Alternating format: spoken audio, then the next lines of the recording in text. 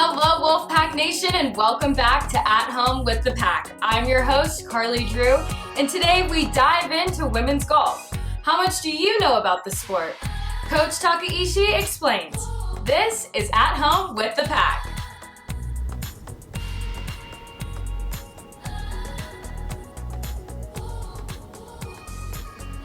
Welcome, Coach Kathleen, to At Home with the Pack. Nice. Yes, I'm so happy that you're here to join us today, but I basically just have a few questions about the rules and regulations to golf.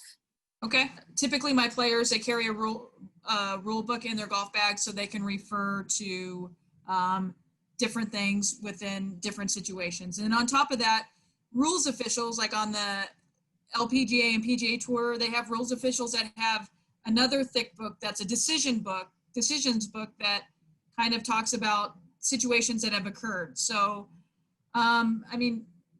basically we try to get the ball in the hole in as few strokes as possible, right?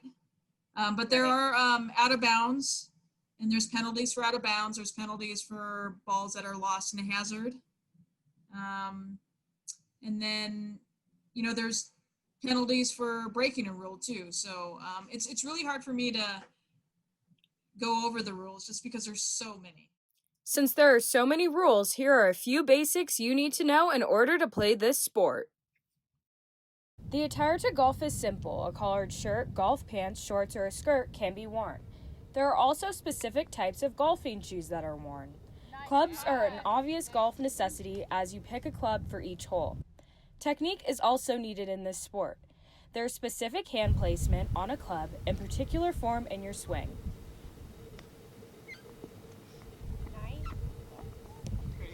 Coach Kathleen Takaishi explains pars on a golf course.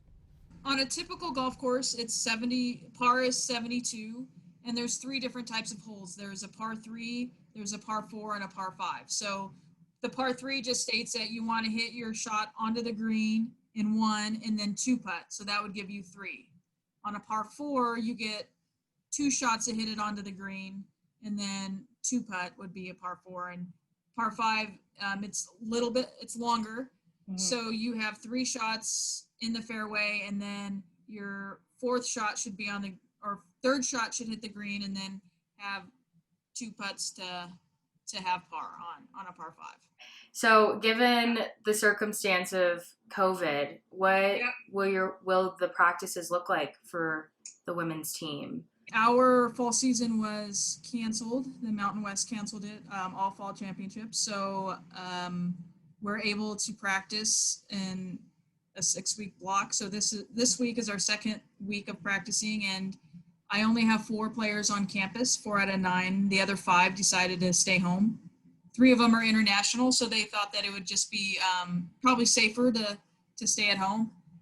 So we're still able to practice, and when we meet and talk about the practice and whatnot, we wear masks, but otherwise I think it's pretty easy for golf to social distance and keep our 6 feet. So right. So the adaptation to the new regulations hasn't been difficult or anything? No, not really. No.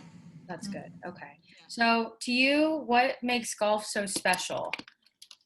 I guess my father got me involved, and we played quite a bit when I was in high school, and then I left for college, and we haven't played as much since, but it was just a good way for me to spend time with him, and